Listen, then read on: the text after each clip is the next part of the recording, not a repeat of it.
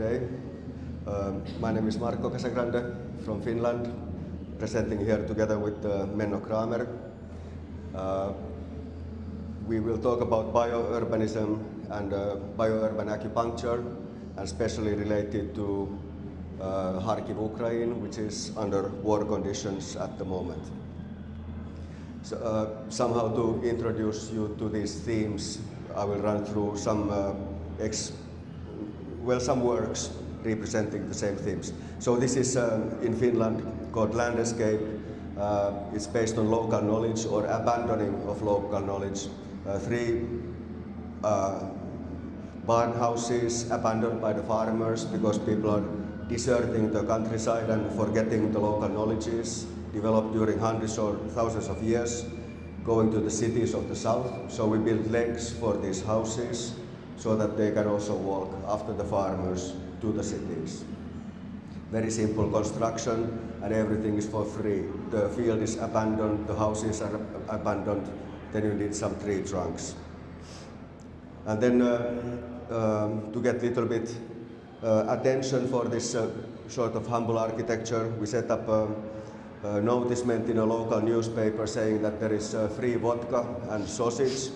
So 6,000 people came, and yeah, and this is really in the middle of nowhere. No, well, it's by the Russian border actually. But anyhow, so this is our friend Mr. Reijo Kela, contemporary dancer and choreographer.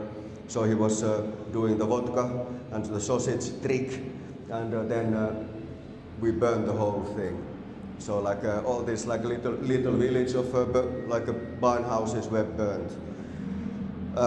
And we didn't know how normal people would react, but they formed a circular wall around the barn houses. Some started crying, some were predicting future, very weird, like a shamanistic feeling.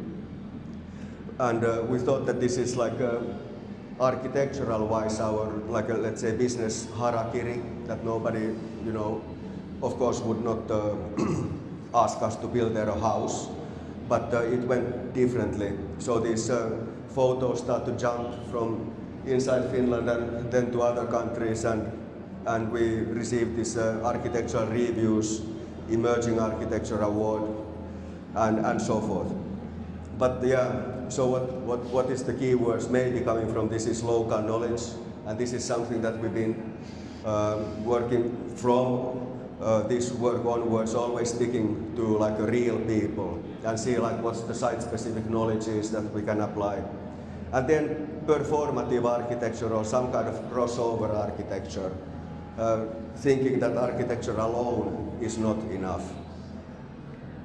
So then, as an accident in this jury with architectural review was Massimiliano Fuksas, and he was that time curator for the Venice Biennale. So then he called us and said that he wants something like this to comment on the theme of the Biennale, Città, less aesthetics, more ethics, somehow to discuss the urban problematics. And what I wanted to do is to have a boat and put a forest into the boat, and then sail with the boat from Finland to Venice. But some biologist friends said that trees don't sail, they will die somewhere around Biscaya Bay, that you need to find your trees somewhere around Veneto or, close to the area. So yeah, so we came here and then start looking for the boat. In the end, we find this boat barge called Topo Gigio in Chioggia, some 50 clicks out of Venice. It was abandoned, so we just took it, make it waterproof again, clean it up, and then put the forest inside, 24 oaks. And then take it to Arsenale and open here as a public park. But during this work we thought that it's not enough to talk about this let's say industrial degeneration and the organic growth, but it needs to be somehow more personal. So then we start to think that what happens in Venice when you flush a toilet, because you are in the island, so where does everything go? And then we start to track down the Venice sewage systems. It all comes to one Cloaca Maxima, and in a place called Biocomp, everything. So then we asked this director, Dottore Codato, how much annually Venice produces human waste. So he gave us the number, but the number was so big it was abstract for me, I didn't understand, so I asked how much 1 hour, 60 minutes, and he said 67 cubic meters. So okay, this I understand, can I have it? And he said yes. So then we take it, we biologically clean it with the anaerobic process, and then oxygenize it again, make it into a compost, and then into the boat. So under these white stones there is 60 minutes worth of human waste produced by the city of Venice. It will give full lifetime for this 24 oaks. This is the material, like Italians say, in al dente condition. And this is like now we're like sailing from Chioggia to Venice. And it was funny because the Biennale had forbidden us. They said that you cannot come with your boat and full of, you cannot. And like, but it was too late, we had to do something. So then we just forced it through Arsenal Gate. And we had called Rajuno and everyone, we were coming with the boat. So the pier was full of media. So Fuxas could not stop. So then he come into the boat and say, you win. And it stay here. Yeah. No shit. Okay.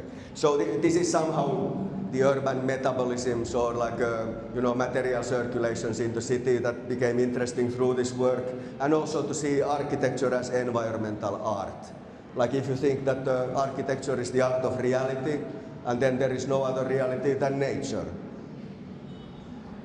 This is in Japan, so like invited to a very small village called Kuramata, and like rice farming village, they have a river, Kamagawa River, and then rice fields. Very beautiful, felt that you can not do anything, but then there was like a illegal small garbage dump where the farmers put their small waste, not big things.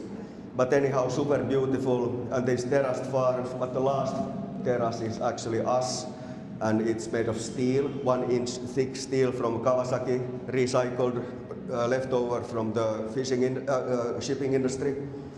The ground is descending, so the walls stay leveled. So deeper you go to the park, it's like 130 meters long. The walls get higher and higher, in the end 5-6 meters high. And it's an industrial Zen garden. So we negotiated with these local monks, they are Shinto religious. So like, that is it possible to do this meditation like with what they do with stone gardens and such, that with industrial elements. And they said that they don't see any contradiction, that everything is from here, so why not? So this is an industrial Zen garden, it's a small park for post-industrial meditation. Yeah, but basically everything here is junk. So it's like this junkyard, what we find, and then like just articulate them a little bit differently. And yeah, when you come very deep into the park, so then the walls are really high. The whole village can sit here, 120 people, old people. Walls getting higher and higher. Then they turn around a little bit and it becomes an interior space. And you can watch down to the Kamagawa River. There is some fish called ayu. So you can go fish your ayu, come here, the round thing is a fireplace, build a fire, eat your ayu and go to sleep. So this is like a sleeping place. Because the Shinto guy, when we talk with them about their meditation, it felt so sophisticated. So then I asked, like, how can normal person, like an industrial mechanical person, do meditation? And he said that your question is wrong, because everybody do meditation when you sleep. So we made this platform and people can sleep. So this is for post-industrial meditation. Try to think of those things, but yeah. And then a little bit more urban conditions. This is in Taipei, capital of Taiwan, and an illegal settlement, Treasure Hill, 400 households. And the city was destroying it because it's illegal or whatever. And like, so I wanted to stop the destruction.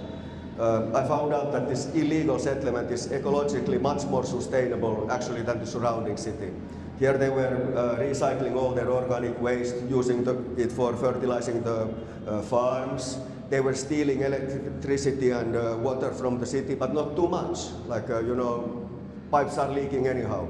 And then because they have little, so they use it very carefully. and like very, very clever systems how to oxygenize the water before coming to the farms and so on. So then we grouped together with this 400 households and stopped the destruction and start fighting back against the city. But like, of course, need manpower and need material. So went to local universities and tried say what we're trying to do. So in the end had 200 students. And then very cleverly the professors were negotiating with me and saying that actually you can tune the whole city just with rumors. Because these students, when they tell home and then the rumors start going, you can tune the whole city and they will start supporting, and it happened. And when the rumors get stronger and stronger, more and more people, volunteers start to happen, then comes media because the momentum is going on, and after media comes politicians. So the same guys who were like destroying this place 3 weeks before were suddenly reciting poems like in this place. And mayor of Taipei City was like casually jogging there and said, oh, what a wonderful like thing, and so on. But it's like, yeah, same people who were destroying it before. But yeah, in this place, what I found out, what was also important is that, okay, the sending of rumors, that's powerful. But before you can send rumors, you have to put like, let's say like an acupuncture needle. Where are the rumors coming from? And then direct. It's a certain kind of energy. And this is urban acupuncture, one form. In here, the nature is so fast. I don't know how many times faster than in Finland, but you can regard nature as a co-architect. It's like so fast, yeah. And then because of this nature as the co-architect, I start to really think what ruin means, because this whole settlement was a ruin. Like people and this organic growth were like kind of like not balancing, but more like fighting, or at least acting with each other all the time. And it became very like a life-providing system. So architectural control is the opposite, or urban control is the opposite, or human control is the opposite of ruin. Ruin means that something man-made has become part of nature. So it's actually very high level of architecture. But yeah, in this work, start to think of this urban acupuncture, like wow, that it can really work. Like how you can like tune the whole cities, industrial cities, by punctual interventions. And then through this like urban acupuncture, like came this thinking that how did the cities come to, like the first generation cities because of nature. Cities somewhere because of nature. Of course you need sweet water, that's number one, but more than that, transportation and protection and so on, all because of nature. So it's an organic machine, the first generation city. Then comes the second generation city, which is the industrial city.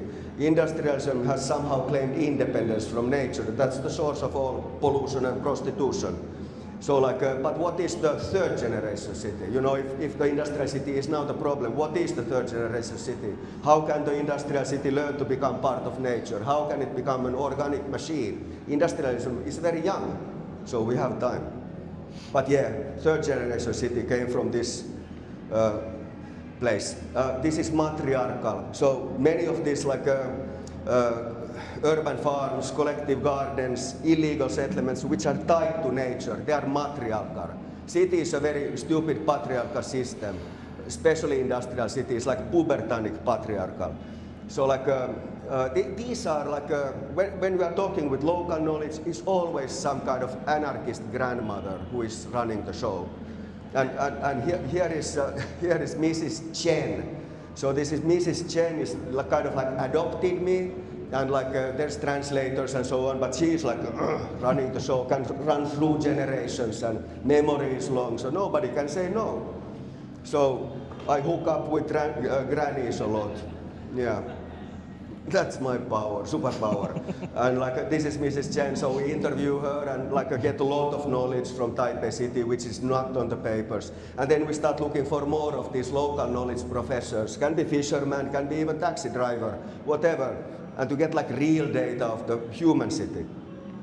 So from Treasure Hill, urban acupuncture, the thinking of or possibility of the third generation city, and then these anarchist grandmothers.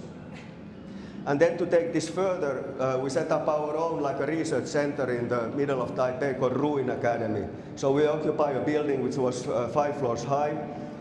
We take away all these like interior walls, kick out windows, everything. So there is only the primary structure inside. And then we start drilling holes through the whole building, from the roof to the ground. Like here you see one hole. So this is diameter is 50 centimeters, so that it can rain inside. And we blow open the basement, so we actually dig until we find the original ground, so you can start putting trees in. And then, because it's totally open for people start coming in and like bring different kind of wisdom or dialogue. Like this is a cello player who found that this is like good for her. Yeah, here's one bed, it's on the wheels, so if it's raining straight on top of you, you can go to somewhere else. These are the researchers, so they sleep in this place, they work in this place, and they are mixed disciplines coming from different universities. So architects for sure, but also like all kind of like biologists and social sciences and so forth, mixed teams, and working for Taipei City Department of Urban Development with issues what they cannot officially deal with. There is much things what official city cannot deal with.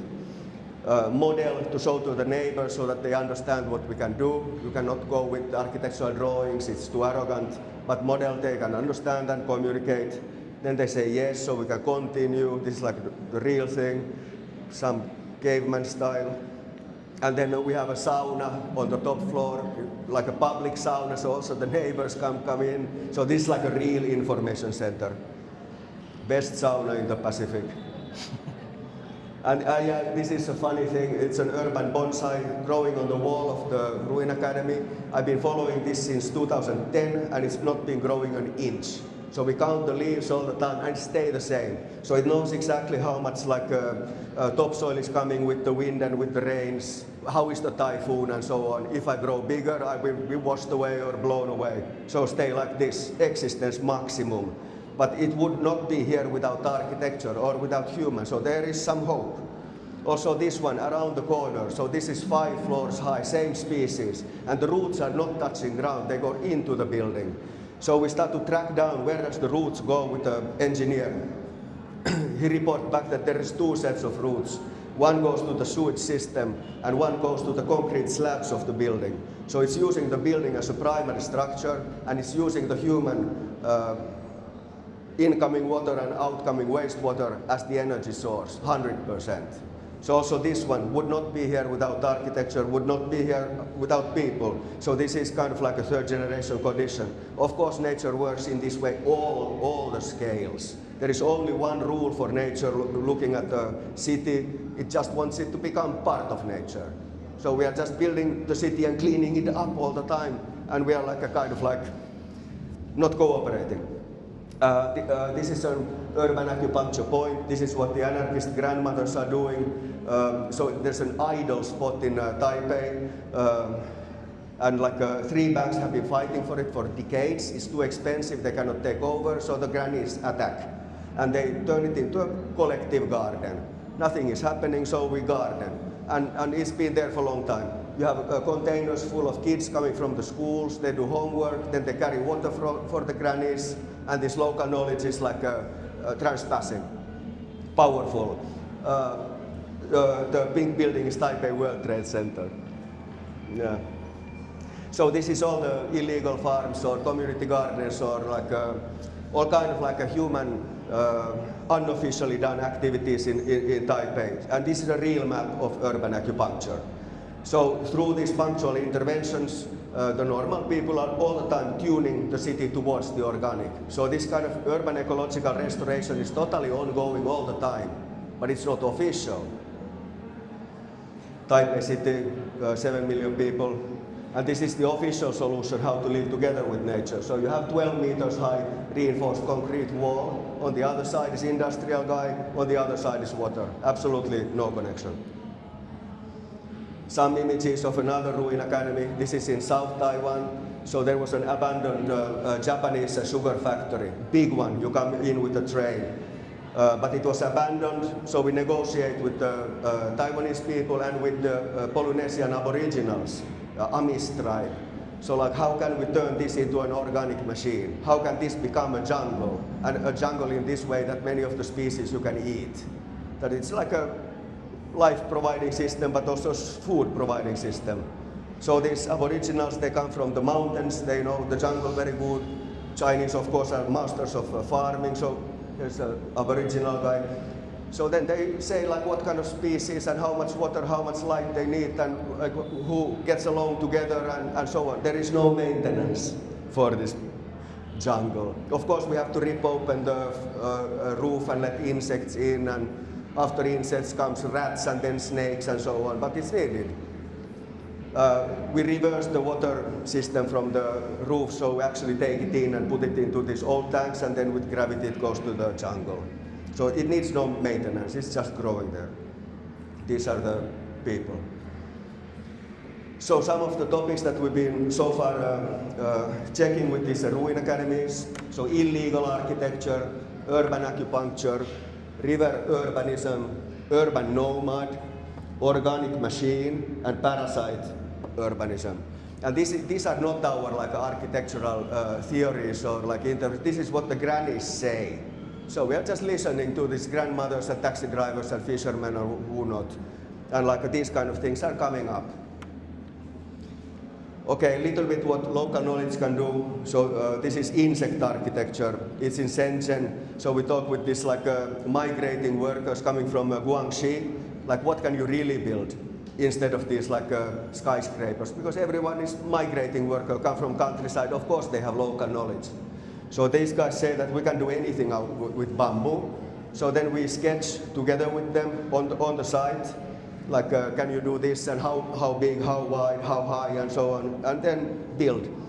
Everything is free, so we just harvested bamboo. There is no nail, nothing, no industrial connector. It's just a big bucket, and it's because we asked them what do they need. So they said that we need some kind of place to sing karaoke. You know, we work all day and then we go to this boring, you know, place to sleep that, you know, we don't want to hang around, or how do you call it? Hang out, yeah.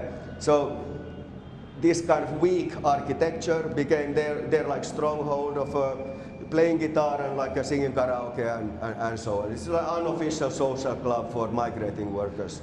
Nighttime they put in one construction light and it becomes like a disco. Here you see. But very interesting lines compared to the industrial lines. Some sort of karaoke event is cooking up. But this is the most powerful thing, because this they knew from the beginning. Like when they built this, so then they start piling like earth, soil to one wall, and I said like, why is that? Is like structural reason or something? And they said you will see. So it takes maybe 3 weeks and the whole thing is like green. Totally disappeared from the city. Microclimate is fantastic inside. It's like moist, soft, acoustically beautiful, like being inside of an animal. And like they knew this from the beginning. So the essence of local knowledge is actually to understand nature as the co-architect. You know, if you work too much in order to gain human control, it's already too much from nature point of view. Anyhow. So with this insect architecture and weak architecture was something that was like coming up. Then a totally different place. So this is a world's largest refugee camp in Jordan called Zaatari. Maybe 80,000, maybe 100,000 Syrian refugees run by United Nations. So like of course these refugee camps are everywhere, and there's like millions of people living there, and it's coming more and more. Not only because of wars, but migration because of different things. For example, climate is changing. But anyhow, so here one spot, and that's UNFPA, like United Nations Population Fund, maternity clinic. So we were invited in by UNFPA and Jordan Health Aid Society to actually rethink the maternity clinic, because all these buildings are done with very, very stupid like plastic, polyurethane, steel elements which need to be renewed every 3 years and ending up in pollution. So they're against United Nations sustainability goals. So then they asked that can we do all this with wood, massive wood like what we're sitting here now. They said no problem, like Finland is all wood. And so so just do the elementation. One clinic can go in 2 sea containers, then it will be sent in and put up. So then it becomes a small clinic, maternity clinic, maternity and child health clinic. And like with this, then the UNFPA was raising the bar, and in came like a very hardcore midwife called Maria Hågenäs from Sweden, and she's like the most hardcore midwife. And then she said that architecture must come to a level same way like what they have with the maternity medicine called skin to skin. When the child is born, it's best if the mother can put it next to the skin, so things start happening. And she said that the whole clinic must be like that you must achieve to that kind of level of architecture, which is like protecting, psychologically calming, restorative, like a skin. And together with her we call it the skin-to-skin architecture. So this skin-to-skin architecture should be applied, of course, not only for maternity and child health clinics, but for many other things too. Well, our clinic goes to a container and then wherever. And then you have the SDGs from the UN, which they don't even themselves can follow. This is Dr. Ailoni, the director of the maternity clinic, head midwife in Zaatari, 1 new baby. Yeah, but it's been operating there since 2012, maybe around 15,000 newborn children, 0 maternal deaths. So it's a really good system. And some images like what this skin to skin means, because it's not only what comes to mother or child health, but it gives much more possibilities for development of the society. You can learn how to read here and so on, because sometimes these circumstances can be pretty conservative, especially for women. So it's not allowed for men to enter this building at all. So it's like a women's queendom. Yeah. Anyhow, this is Maria Hågenäs, the most hardcore midwife in the world. Yeah. Yeah, skin-to-skin architecture was very like a stopping for me, like that that architecture has this kind of possibility as well. Then a little bit about Kharkiv. So now we are working in Kharkiv, which is in East Ukraine, 40 kilometers from the Russian border. It's been under attack since 2022, but it's like a very stubbornly fighting back. Very beautiful city. It's their like intellectual capital. It's the birthplace of a constructivist movement. A lot of universities. Very strong place, and the first capital of Ukraine before Kiev. At some point, the tanks and the artillery was a little bit too close, so they could use tubes even to the city, but then the enemy was kicked out a little bit further, so no tube artillery is coming anymore, but aerial bombs, yes. So glide bombs and drones, daily basis, maybe 20 a day. Is the industrial capital of Ukraine, so like very big industry starting from the Soviet times. So this is like the Soviet dream industries from maybe 1920s. And like everything gets centralized. And so we have this like power machines powering a centrally governed city, which is normal with whatever city, but these are of course very easy to destroy. So these are all bombed away now. And the power supply and all kind of infrastructure is decentralized, and that's been very healthy for the city. So this like a centralized power has been decentralized back to the hands of the people. Your grandmother is like grinding coffee, or grandfather is like grinding a field, and then the seeds to the wheat, or teenagers are chewing gum, and the war is chewing the whole city.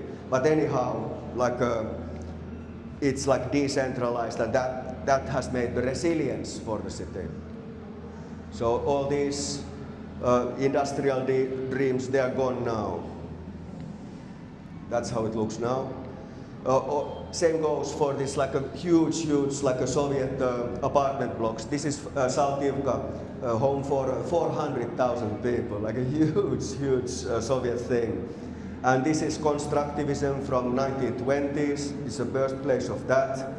This is how the constructivist, looks now. Lost all the windows, some missile hit. This is how Saltivka looks now. So you have to remember that this is only civils, 400,000 people, and it's like no question, like just to level it. There is absolutely no mercy. This is aerial bomb already. But yeah, a lot of destruction, but then together with destruction we have to understand one very interesting thing, that if you think of, let's say, here is zero, and here is destruction, and here is construction. So usually when we think of destruction, it's like this, 180 degrees, like full death. Or if we think of construction, we think it's 180 degrees, like full architecture.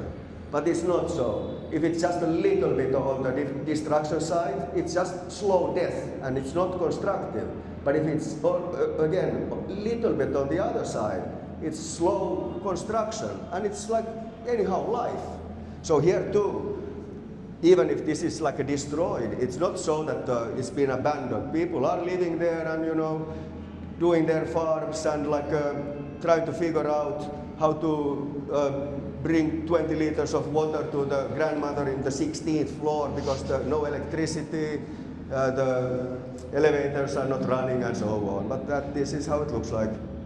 So this is outside now because no electricity, no refrigerator. So the apartments dig a hole into the ground, many meters down there, and put there cabbage or meat or whatever.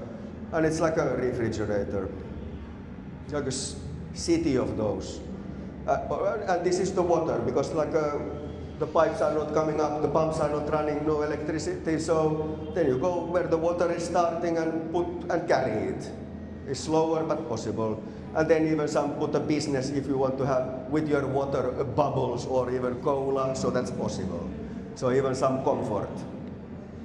This is the marketplace. I went to buy a new bag.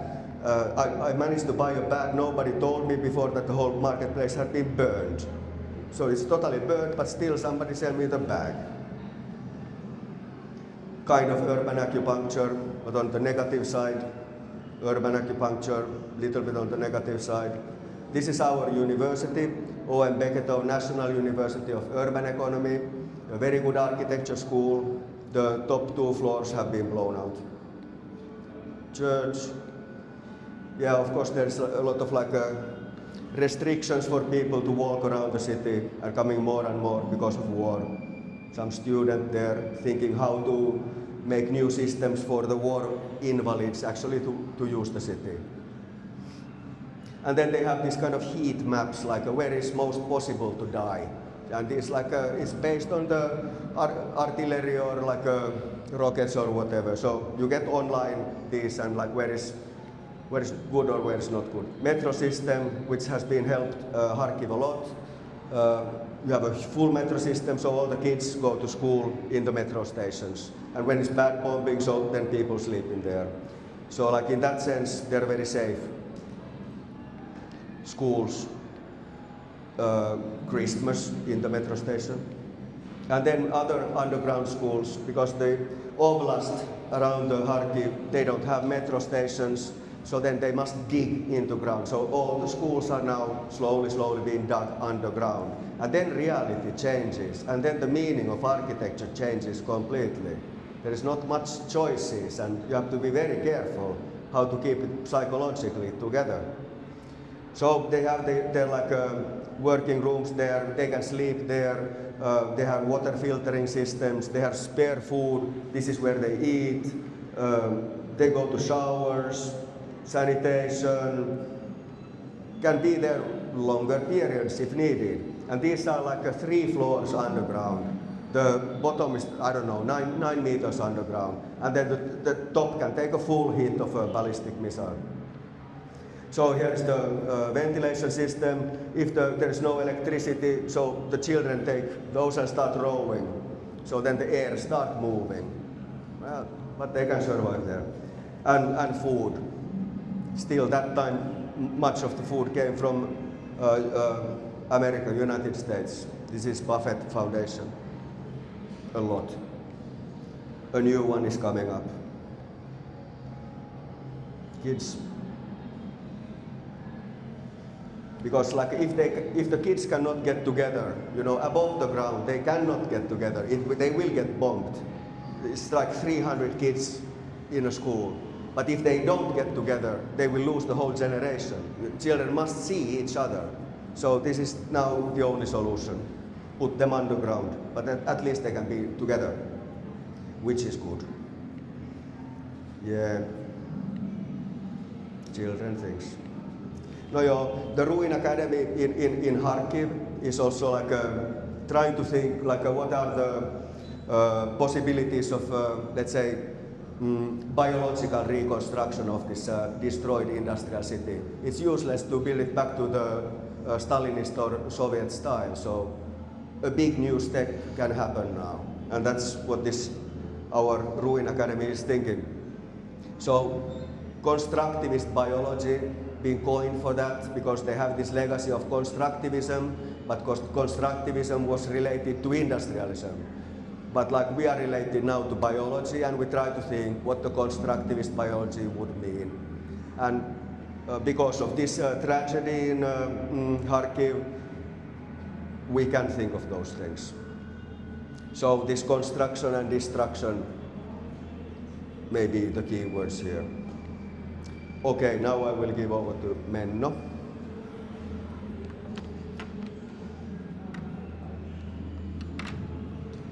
All right. Can you stop sharing? So I've been given the humble task to try to make sense of everything. Yeah. And I will also share some other parts. Just give me 1 second.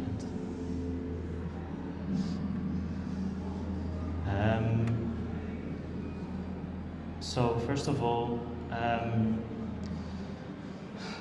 there's one thing that I think is really interesting what you said, Marco. When we were talking about all the projects we would present here, with the underground school, that all of a sudden architecture became responsible for 100% of the human needs that the children had. So of course you have the social needs, you have a psychological needs, you have everything. But all of a sudden in that case, 100% of the needs of the children cannot be in the garden, in the playground, at home, whatever. And all of a sudden architecture had to take over that grandmotherly role of oversight almost, which is one of the themes that we explore, which is the nonnas everywhere. Italy is probably the country known for having more grandmother recipes than any other in the world. So maybe that's a different level of intelligence. Mm-hmm. But I do think there's something to it, and we'll find an Italian grandmother hidden in this deck as well. So I think we already explored the natural pieces, the collective intelligence pieces, and then we have the artificial pieces, if we combine it to the theme of intelligence. The first question that comes to mind is who owns the intelligence? Is it nature? Is it the architect? Is it society? Is it yourself, maybe even? And when we talk about the Ruin Academy, and when we can move buildings from the industrial age to the next age, where actually deconstruction is a positive thing, because then it becomes a better working, more homogeneous working entity. Like nature doesn't ask for permission in most cases, if not all. And then we go to the constructivist biology, right? So where does nature actually stop? Because whenever we have discussions, it's always, okay, if nature is better than the architect, great, should we move back into a cave? Like the original benefit of architecture of giving protection and refuge and safety has been overtaken by the laziness, when then beauty comes in, and then architecture becomes well, I'm not an architect, so I can't say too much, but then architecture becomes something that it wasn't never intended to be. When a beaver builds a dam, it's a marvel of nature. When we build a dam, we're destroying the environment. As a species, that just doesn't make any sense. Then if we go to the Ruin Academy, I think that's what Marco was talking about also. When construction and deconstruction are very close together, you can question what is actually deconstruction, because removing different pieces of nature, which is another thing we don't entirely agree on. In my opinion, all architecture is reshuffled pieces of nature, because we're just assembling bricks and beams and stuff. So we're making unnatural, natural cases in which we live. Even though from neuroscience there's a lot of evidence that there's no point in us being in square boxes, because squares in nature don't really exist. 90-degree corners evoke stress responses. So we are punishing ourselves by surrounding ourselves by things that we have created for which we do not know why.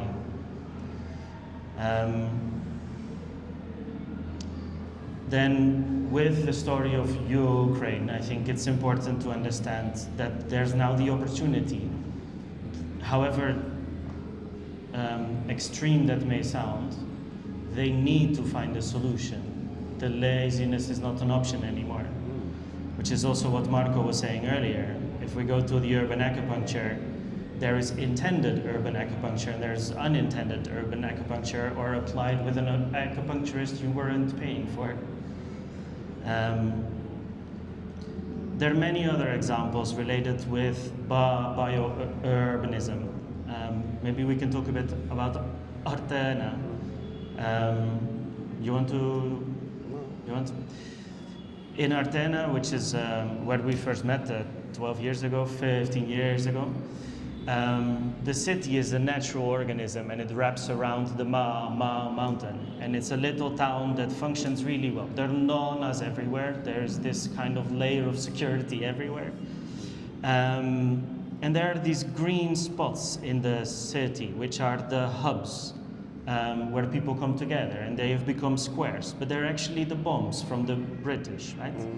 From the British. So this is an example where the unintended urban acupunctural needles have actually turned for good, for better, and made a better functioning urban structure. Over time, of course, this takes some time. But it's one way that you can question, and that's a lot what we do with biourbanism. What can we learn from the patterns in nature, and what can we learn from the nature that creeps through no matter what?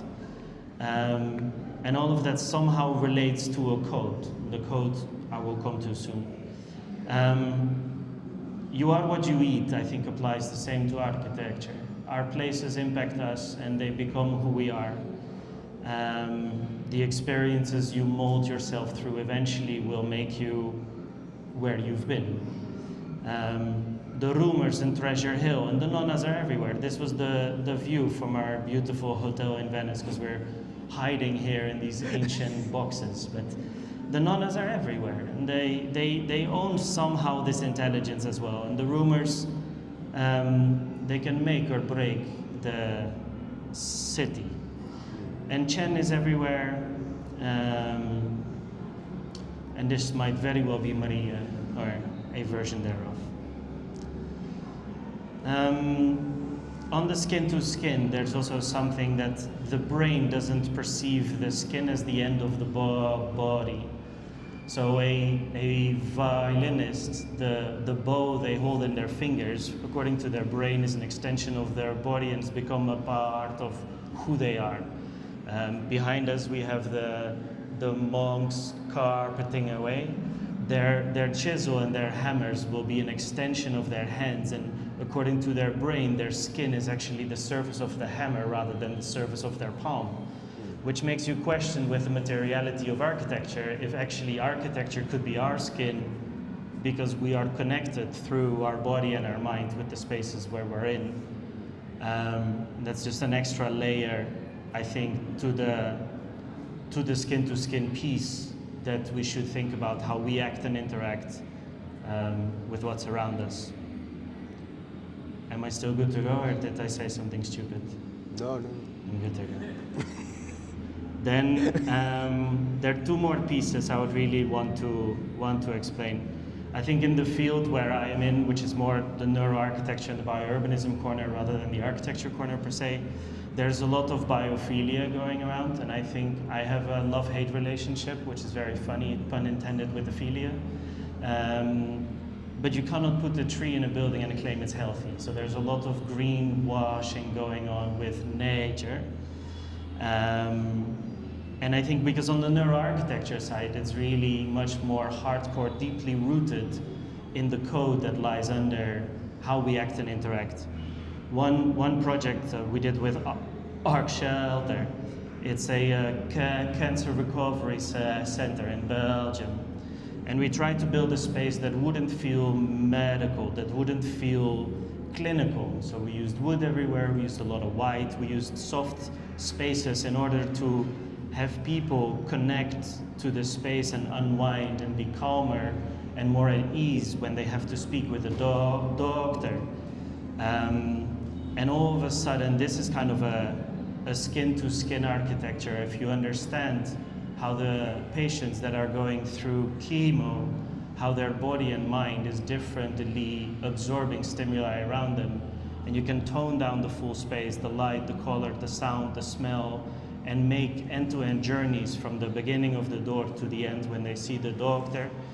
And one thing that is really interesting here is that we kind of play with the mind, as in none of the rooms have numbers. Meaning it's not in a hospital, you are a number, you go to this room which is called 206 and then you visit your mother. But it's a more community-oriented space, so it's still you get the medical facilitated treatment, but it's more human-friendly somehow.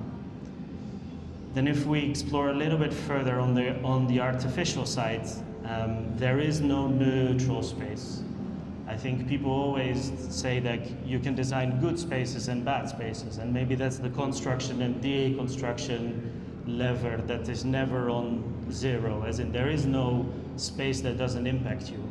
You cannot design something, and if it's a website or a mobile app or a building or a city or a rope factory, whatever you create will have an impact on you, physically, physiologically, psychologically.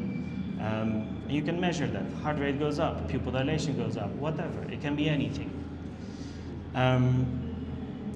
On the cognitive sanctuaries is what we call them. So of course there's the science behind it, like higher ceilings boost cognitive ability. Certain scents lower your stress levels. Because we are a biological machine. Maybe we're interacting in an industrial machine, but we are a biological entity that plays together. Rounded corners versus squares. And there's all this science that underlies the definition of these spaces. They hold power, right? And on the artificial side, and again, I'm not an architect, so please do not judge me for these. But if we go to try to understand how can a future look like, and next to us we have the ancient future, maybe this is a futuristic past. Maybe there's a way that we can go in the future, that we can go 3 steps back, beyond or before what industrialism has created to us, where we can actually find this balance and harmony, where we can have spaces that we can act and interact with that is intrinsically healthy for us. And maybe we will get there with AI, maybe we won't. But I think one of the artificial layers of intelligence somehow needs to make peace with the non-us. And then when the non-us start using AI as an ingredient, maybe that's the stage where we've reached that equality.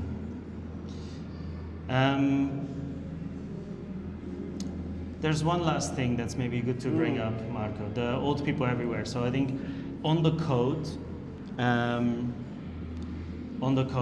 which I just skipped, which is a good note, we've looked a lot at the patterns from Christopher Alexander. If they're right or wrong is kind of irrelevant. I think it's a good first intent of trying to aggregate architectural features with behavioral outcomes.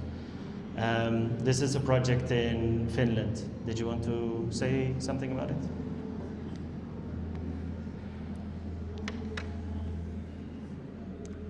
Yeah, so it's a project where we are mixing children with very old people with memory diseases, like dementia or Alzheimer, or where people get old. So in this case, it's so that you have they're very color coded, so at least maybe you remember that you are in the big building. But in the center is this green mass, and that's kindergarten. So the kindergarten is squeezed into this elderly people's home. Elderly people are surrounding it. Of course, they hear the sounds of the kids all the time and singing, and their feet. They are watching all the time outside to the playground. Yeah, like you know what the kids are doing. Of course, there are televisions too, but they prefer to actually just stare at kids. And like, and then this interaction has gone very far. In the kindergarten, they don't have a sauna, but by our law, the elderly people must have saunas. So the kids go from their kindergarten to the elderly people's saunas with their towels and so on. And that's like a beautiful ritual. And sometimes they get outside. There's like a grilling place. For the kids, it's like normal. They get their sausage. But for the old people, it's like a big journey, you know, like even to put the clothes on and then get outside, and suddenly they are there after this journey with this nomadic tribe of kids, like grilling a sausage. So it's huge things. And then like we've been like researching this place for now 3 years. And the old people are really, really healthy compared to other institutions. They live longer and so on. And many of the families have actually 3 generations there. There's the kid, then there is the grandmother and grandfather, and then maybe the mother or father is even the nurse. So they just want to be here. And now it's very much like being researched by the Japanese and Chinese and so on.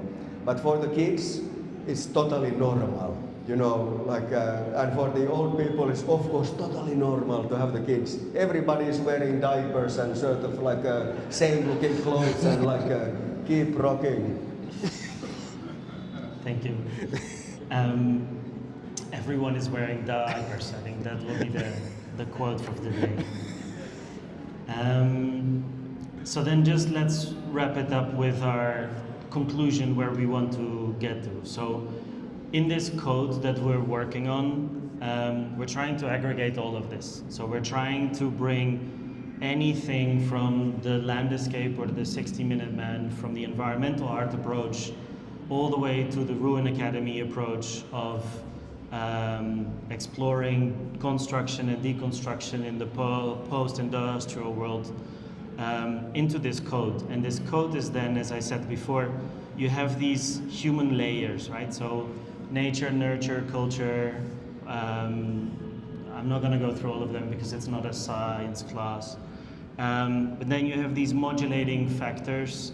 How do we act and interact? What do we expect? How does the space interact with us? How do we interact with the space? This counts for interiors, exteriors, and on the urban scale or the architectural scale, you can apply them both. And then you have the human layer, which is maybe the weakest one, but it's the emotional, behavioral, psychological, and cognitive one. And then the stimuli qualities, right? So then you go really into the materiality, colors, shapes, forms, whatever. And then maybe eventually we can come to like a formula like this, where if you want to build a certain response, meaning if you want to build a primary school or if you want to build a house, you need to have different cognitive modulators active in your design process. Marco doesn't like the word design, so I need to be careful what I choose, but maybe let's call it creation then. Maybe it's not creation, maybe it's the act of reshuffling pieces of nature. And then just as I hope we don't have core mathematicians in the audience, because then I will flop, but maybe there is this code where we can understand the unspoken rooted powers of nature that lie in the design process, that will then help us understand and maybe more accurately predict and act and interact with the environment around us. And I think with that, anything you want to add? No. With that, we've come to our universe, trying to make sense of all the examples we've brought to you today. Are there any questions?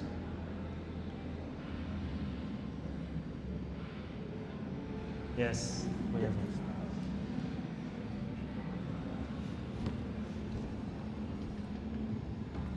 Sorry, I just joined at the end and I didn't get all of it, but like this around vision and such, just wanted to ask how you personally see on the importance of the awareness of like the public and the civic folks, because like we contribute a big amount of like the emissions by consuming and like not knowing about like what's actually going on, like third world countries being exploited, collaborated, and like people get all benefits out of it. Country itself has like the least amount of like wealth, and which I think awareness is a thing that should still be a thing, like through architecture maybe. But the awareness of what exactly? Seeing the bigger picture. Most people are so caught up in their own like. Yeah, sure. Stuff. So I can quickly go, and maybe Marco, you have also something to say, but I think the core that I think is important is the no space is neutral, meaning you cannot design or create without this knowledge and awareness, because then you would just be ignorant, not knowing what the output is. So it's more, I think it's like the ethical requirement for any creator or designer to understand these connections and these relationships, and if they're neuroscientific or psychological or political, that's kind of irrelevant. It's about the impact that you have, because otherwise it's almost like I cook you food, but I don't know if it's healthy for you. Sorry, maybe it was the other way around. I don't mean from the perspective of an architect, but the building we build, for example, can be like a center where people get taught about sustainability. Topics like we have here and like Yeah, I think it wouldn't hurt to maybe have a little bit less 3D printing and a little bit more biology integrated in the current version, but that's just my humble opinion. But for sure, I think we need to educate a lot on this, because we are in a world around us without us knowing what the world does to us. So we're living in the dark. I was working with this tribe called Yami in Orchid Island, which is in between Taiwan and Philippines, and they've been there for 800 years, and they have their very strict own like systems, and suddenly they got the 7-Eleven to this like a place. They're like originally free diving and do some like a taro farming little bit, but like very totally understand nature. So then I was asking like some sort of leader of the village called Komoran. His title is the one who remembers all the songs. So like I was asking him like what does he think of this 7-Eleven? And then he said he was like drawing a circle to the ground and say like that there is basically only 3 elements: survival, comfort, and creativity. And that's how these things go. Like when we came here 800 years ago, so survival was almost like a big percentage, and the rest was creativity, because they had to create new things all the time in order to survive, but there was not much comfort. So, and then they somehow settled to the Orchid Island, and they knew how the typhoons are coming, and they moved to underground homes and so on. And then the level of surviving became a little bit less, but creativity was quite high already, and they had comfort. And then he said, that but this 7-Eleven, so then it's just like say that okay, there is no survival, no like creativity, so it's all comfort, and then it's like.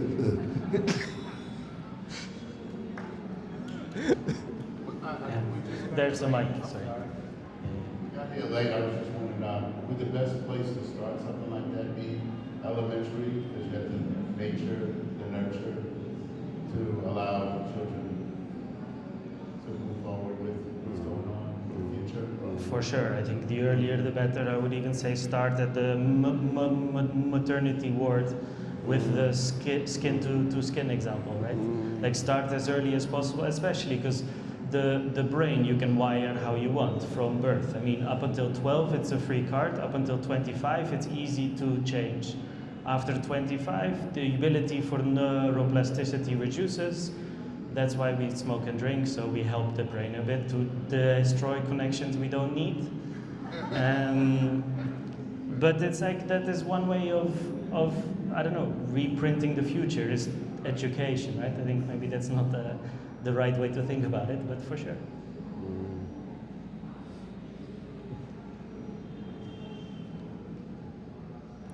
Firstly, thank you so much for your presentation. It's really inspiring to see the impact of your work.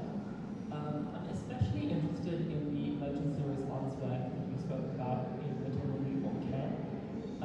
I happened upon this presentation, but I actually do a lot of work in maternal newborn care in local Nordic countries with a series of different institutions. So when you spoke about skin to skin, I mean, it's a widely accepted care practice. It's also called KMC for unstable newborns. But I was interested to know how you translate that clinical care practice into an architectural form or an architectural approach or driver. What does that look like and what is the inspiration? Yeah, so like with this maternity and child health polyclinic in Saatari, we still have to do so that the places that need to be clinically like very operative and safe, especially like the prenatal and the delivery rooms and then the postnatal care. So that's actually still totally clinical. We don't dare to touch there yet. But everything before, like gynecologists, doctors, family care, laboratories, nurseries, and so forth. So there the skin to skin can be applied.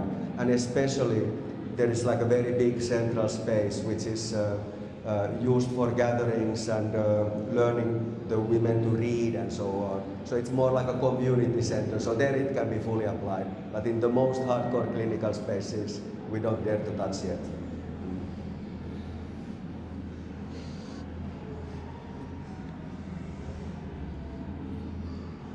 Yeah.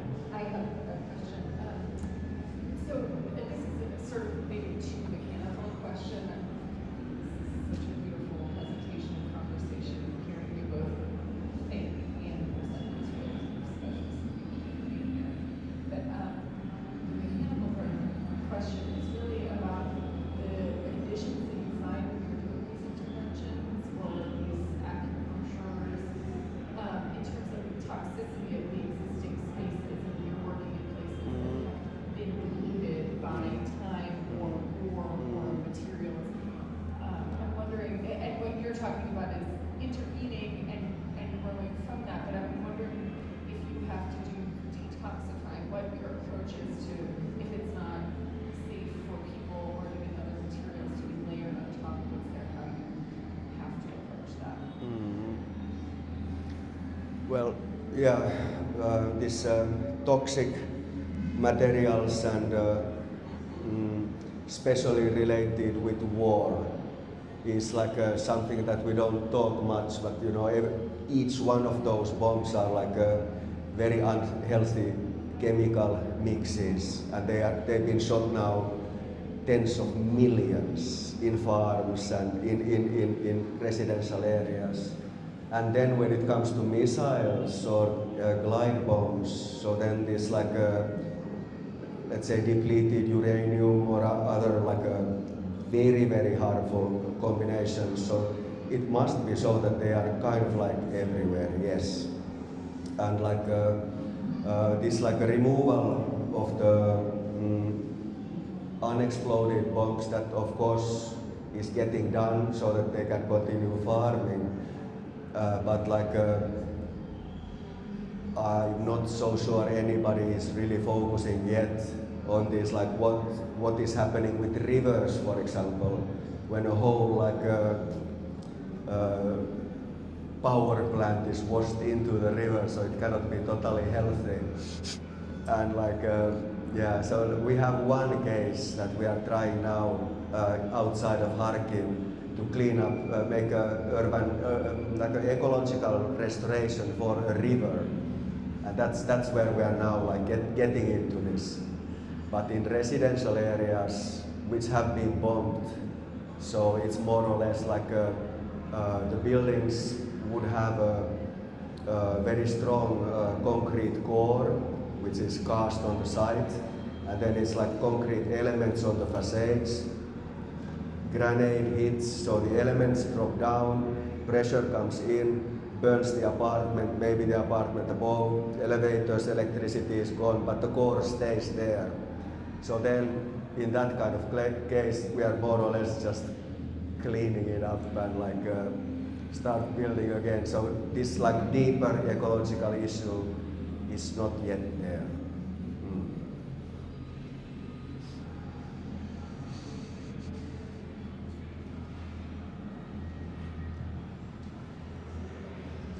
Thank you.